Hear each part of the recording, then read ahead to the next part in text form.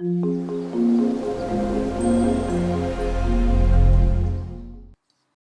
everyone, this is Professor Robert Solis. Welcome to this video lesson. In this lesson, I would like to talk to you again about arrays, but I want to talk about this idea of parallel arrays, creating several different arrays that kind of work in conjunction with one another. And we're going to do that by creating this application, which I call a receipt generator. The idea is this. I don't know if you're buying grapes or apples or pears or oranges. Hey, you're purchasing item 1, item 2, item 3. What is the cost for that particular item? And how many of them are you buying? So maybe you're buying 3 of this particular item 1. So we'll put the 3 over here, and the price is $2.50. Okay, so you'll put those various item prices and quantities in these text boxes. And then when we click calculate, a couple things are going to happen. First of all, the total is going to appear here for item 1, the total for item 2, 3, 4, so forth and so on. You're going to get the subtotal, which is the addition of all these items. We'll place it over here. Oh, by the way, you would have already entered the sales tax as a percent. So maybe you put 8.5 or 9.25, whatever that is. You put the sales percent or the sales tax here. And then we're going to add these two items together to get the grand total. And that's all going to happen when you click the calculate button. Okay, so just to go over some visual basic stuff in terms of declarations, you can see over here that I've created these items are TXT item price 1, 2, 3, 4. Over here you're going to see that this is going to be TXT item quantity 1, quantity 2, 3, 4. And then over here, these labels, that's going to be LBL item total 1, 2, 3, 4. This is going to be LBL subtotal. This is going to be TXT sales tax, because that's the text box. This is going to be LBL grand total. And then finally, we have BTN calculate in terms of the names that I've given to the various buttons, labels, and text boxes. All right, so let me go back over here to the form and to the code, actually, I should say. And what I've done is to create a constant global called last index. Now, we call this a constant because this thing does not belong inside of any particular sub. Now, watch this. If I take this guy over here, let me cut it, and let me put it over here, say for example. Can I do this? Absolutely. There's nothing wrong with me doing that. All I've done is made this a local constant. It's local in that it belongs to this particular btn calculate underscore click sub. But let me undo and undo and undo. Here we go. Now that I've placed it outside of any given sub, what this does is it makes it so that anyone, any particular sub that is, can see this particular constant. It would be as if I had skywriting in the sky. Everyone can see the skywriting on the sky, right? So that would be global. If I had writing on a blackboard, well, only students inside of that particular classroom could see that writing. That would be an example of local. So this has to deal with scope. And in this case, this thing has global scope. All right, so now that I have that, I've declared 3 different arrays. I need to obtain all these different prices, quantities, and all their totals are going to be determined. So I've created 3 different arrays, one that will hold the item prices, one that will hold the item quantities, and one that will hold the item totals.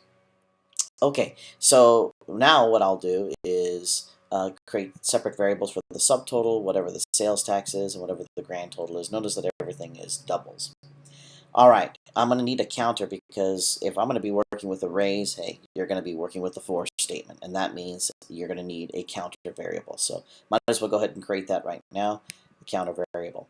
So the next thing I'll do is I'll obtain all of the user input. That is, I need to get all of these items over here and all of these values over here. So I'll just simply take txt item price 1.text, which is the text property for this particular text box. Let's obtain that, convert that to a double, and put it into item prices 0. I'll do the same thing for 1, 2, and 3.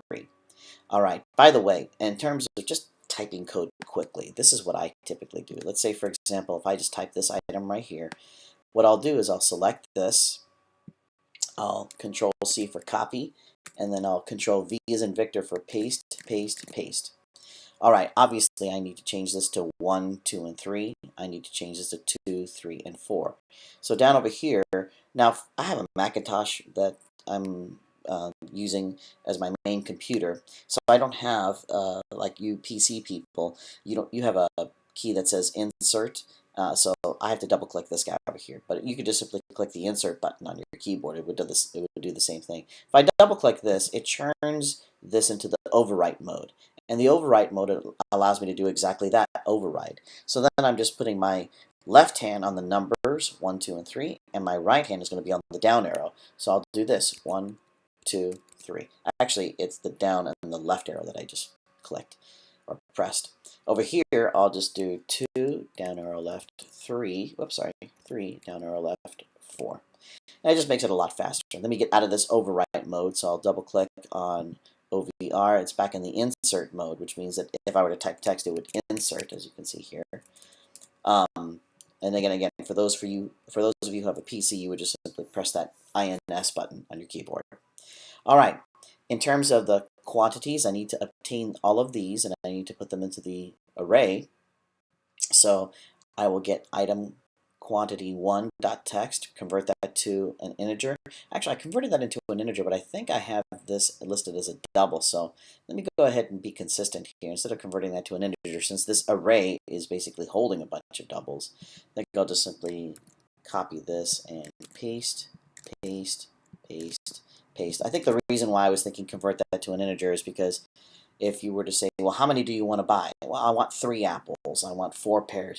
You probably wouldn't say, I want 3.5 grapes or 3.7 grapefruits. You would just simply put an integer, but that's okay. I mean, the only thing about a double is this is going to represent a 1 as a 1.0, a 2 as a 2.0, so forth and so on. So no problem there. All right, now that we've obtained all the item prices and all of the item quantities, we are now ready for our calculation. So here's what I need to do. I need to obtain this times this and put that into here eventually. Well, the first thing I'm going to do is I'm going to populate this array called item totals. And what that's going to be is it's going to be the multiplication of the item price times the item quantity. Notice that the counter starts off at the number 0. So this would be 0, this would be 0. The item price in index 0 times the item quantity in item 0 would go into the item total for index 0. And then I would take that particular value, whatever that happens to be, I'm going to add that to the subtotal, which, as you'll see at the top here, I've declared as a double and I've assigned it 0 initially.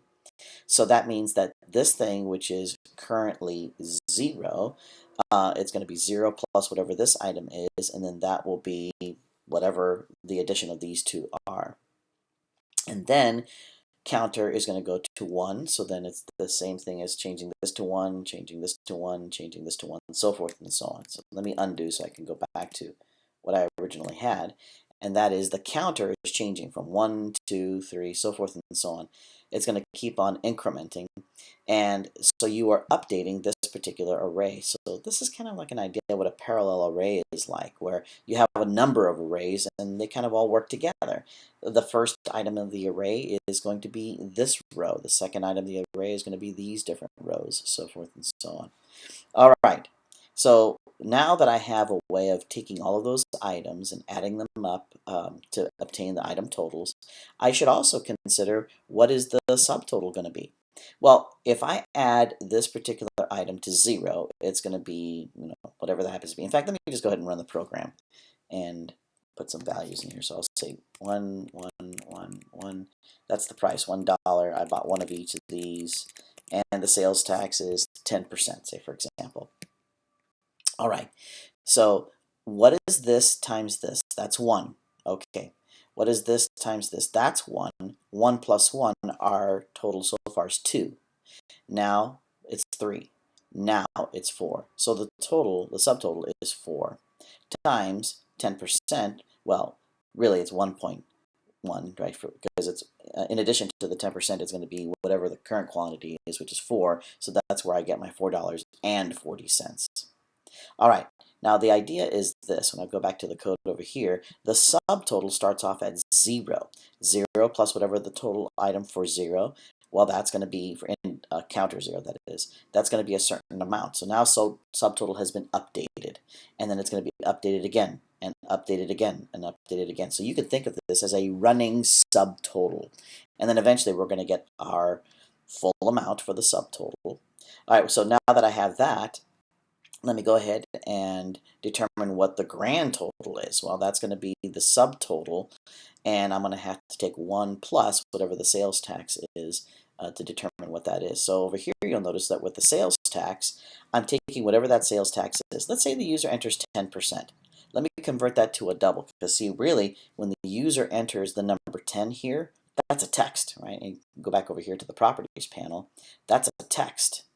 And so what I need to do is I need to convert that to a number. So I'll take that text property for that text box, convert that to a double. I'm going to divide that by 100. So then in other words, let me just put this here as a comment, i.e.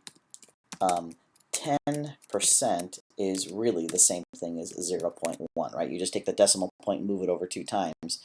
And that's what I'm trying to do here. I'm trying to convert a percent symbol number into a real number.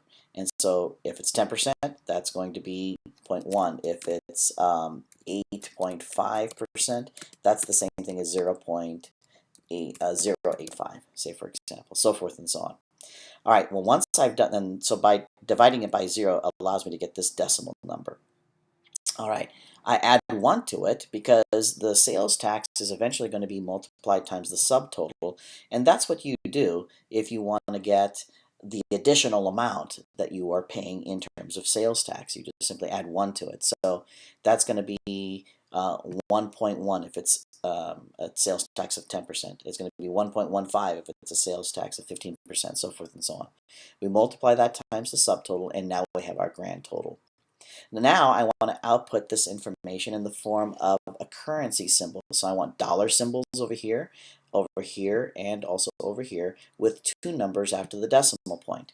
In order to achieve that, we'll take all of those different item totals, and you can see that I have an array here from 0 through 3. We're going to convert those to strings. So you just simply type in whatever the number is, dot toString, and by putting the letter C inside of the quotation marks, this is really the same thing as saying you want currency style. Now, if you wanted a different type of style, like percent, you would put the letter P. If you want exponential style, then you would put the letter E. Your textbook does a really good job of showing you all of the different ways that you can display numbers. And in this case, the C means, so I'll put this, I'll say C means currency style. So this will display it with a dollar symbol and 2 numbers after the decimal point.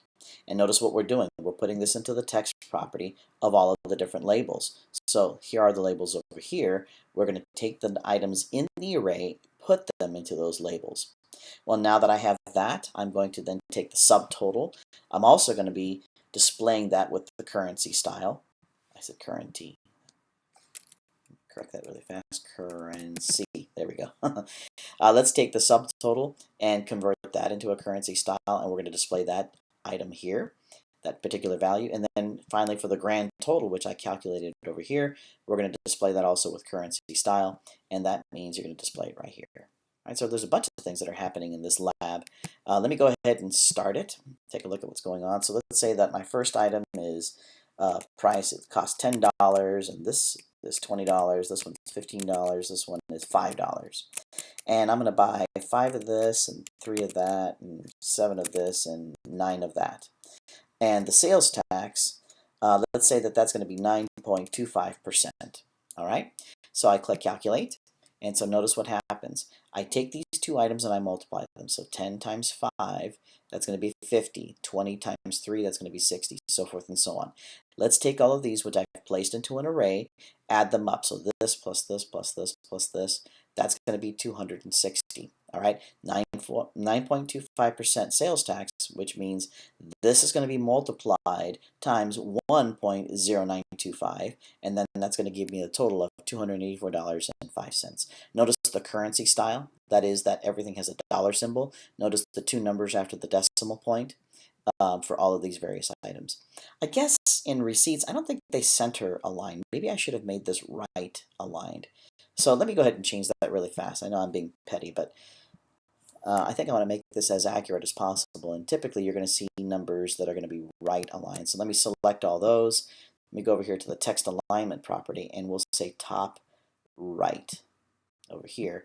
Let me run this program again just to make sure that it's doing what I think it should do. So I'll just say 1, 1, 1, 1, 1, 1, 1, 1, and 10%.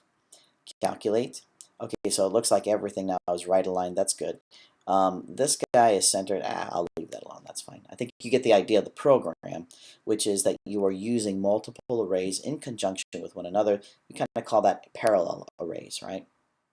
And we are using that to input items. You've also learned how to take those various items and display them as a particular style. In this case, we're displaying them as currency style. And that is how you create a receipt generator using arrays. All right, so this is Professor Robert Solis. I hope this video lesson was helpful. Have a good day. See you next time.